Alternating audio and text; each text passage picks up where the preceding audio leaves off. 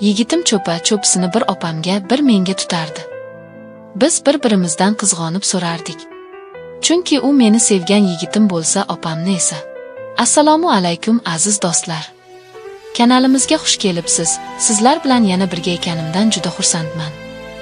Men uni ilk bor ko'rganimda yuragim titrab ketgandi. Har bir qarashi ichimni yonib ketayotgandek his qildirdi. Biz uzoq vaqt davomida sevishib yurdik, yashirincha, faqat ikkovimiz biladigan sirli olamda. Har bir uchrashuvimiz ehtiros, his va romantikaga to'la edi. Ammo taqdir o'z yo'lini tanladi. U mening sevgan yigitim kutilmaganda opamga uylanish qarorini e'lon qildi. O'sha paytda dunyo boshimga qulagandek bo'ldi. Ko'zimda yosh, yuragimda esa minglab savollar. U meni qattiq quchoqlab, "Seni unutolmayman, yuragimda doim sen bo'lasan", dedi. O'sha ondayoq tushundim, muhabbatimiz taqiqlangan, ammo haqiqiy. Bizning hikoyamiz hech kim bilmaydigan, faqat qalbimizda yashaydigan ehtirosli sir bo'lib qoladi. Har safar uni ko'rsam, yuragim yana titraydi. U boshqa birovning eri, lekin mening sevganim. Bizning muhabbatimiz taqiqlangan guldek yashirin, ammo juda go'zal. U kun hammasi birdaniga o'zgargan edi. To'y kuni yaqinlashar, u esa meni ko'rganida ko'zlarini yashira olmasdi. Men ham uni ko'rsam, yuragim gupillab urardi. Odamlar ko'p edi, lekin biz bir-birimizga qarashdan to'xtamasdik. Men bilardim, bu muhabbat endi faqat qalbimizda yashaydi. Lekin hislarimni ochira olmasdim. Har safar uning nigohi menga tushganda, ichimda yongan olov yanada kuchayardi. Bir kuni u meni yashirincha uchrashuvga chaqirdi. Shahar chekkasidagi eski bog'da, hech kim kelmaydigan joyda ko'rishdik. Yomg'ir tomchilari yaproqlarga urilib, bizning yuragimizdagi iztirobga hamohang bo'layotgandek edi. U meni quchoqladi, juda qattiq. Go'yo hech qachon qo'yib yubormaslik uchun. "Men seni unutolmayman, sen mening yuragimsan", dedi u pichirlab. O'sha damlarda men o'zimni butun dunyo unutilgandek his qilardim. Faqat biz ikkovimiz, ehtiros va muhabbatimiz bor edi. To'ydan keyin ham bizning muhabbatimiz tugamadi. U opam bilan yashardi, lekin qalbi men bilan edi. Har kecha u menga yozar, hislarini yashira olmasdi. Men ham yozmasam yuragim yorilib ketgudek bo'lardi. Biz yashirincha uchrashardik. Ba'zan tong saharda, ba'zan kechasi oy nurida. Har bir uchrashuv ehtiros, sog'inch va mehrga to'la edi. Uning qo'llaridan chiqqan issiqlik hali hanuz tanamda qolib ketardi. Ammo har gal u ketganda yuragim ikki bo'linardi. Bir tomonda unga bo'lgan cheksiz muhabbat, ikkinchi tomonda esa vijdon azobi. Axir u endi opamning eri edi. Ko'zlarimdan yosh oqardi. O'zimga o'zim savol berardim, nega taqdir shunday? Nega bizning muhabbatimiz erkin bo'la olmaydi? Lekin yurak mantiqni eshitmasdi. U faqat sevgini his qilardi. Vaqt o'tgan sari bizning hikoyamiz yanada chuqurlashdi.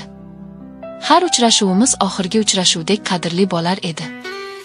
Biz bir-birimizga so'z bermasdik, hech qanday va'da qilmasdik, chunki kelajagimiz noaniq edi. Lekin o'sha qisqa lahzalar biz uchun butun hayotga teng edi. Uning lablari mening lablarimda, qo'llari qo'llarimda. Atrofda esa sukut. Faqat yuraklarimizning urishi eshitilardi.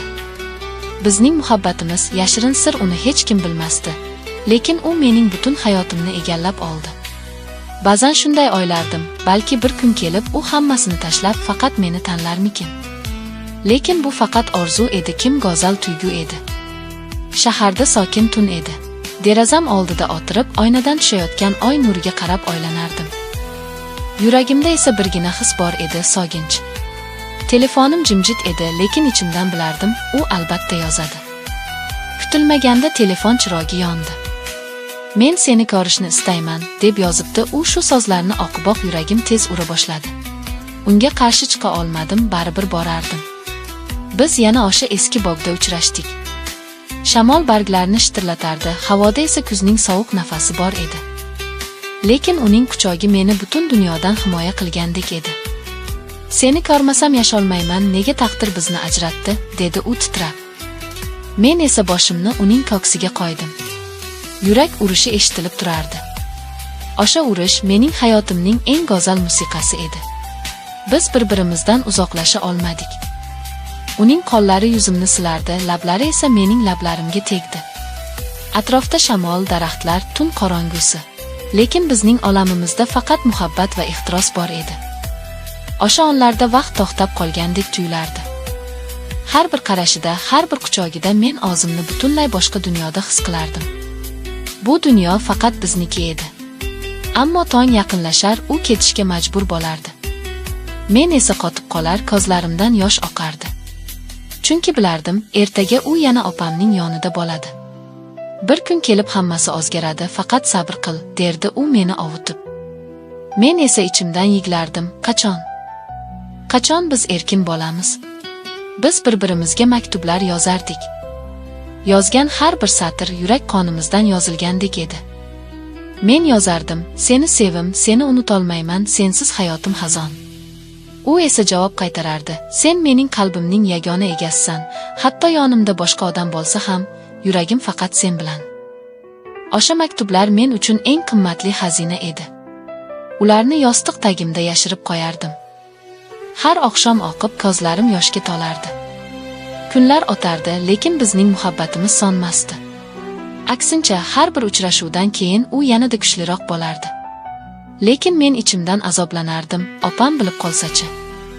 Agar hamma bilib qolsa-chi? Bu savollar meni qiynardi. Lekin yurak buyruqni eshitmasdi. Har gal uni ko'rsam, barcha qo'rquvlarim, barcha shubhalarim yo'qolib, faqat muhabbat qolardi. Bir kuni yomg'ir yog'ayotgan kechada u meni yana ko'rishga keldi. Biz yomg'ir ostida turib, hech narsadan qo'rqmay quchoqlashdik. Yomg'ir tomchilari yuzimizdan oqardi, ko'z yoshimizga qo'shilib ketardi. U menga qarab dedi: "Agar dunyo qarshi bo'lsa ham, men seni sevishda davom etaman." Men esa pichirlab javob berdim: "Men ham." O'sha lahza mening butun hayotimdagi eng katta baxtim edi.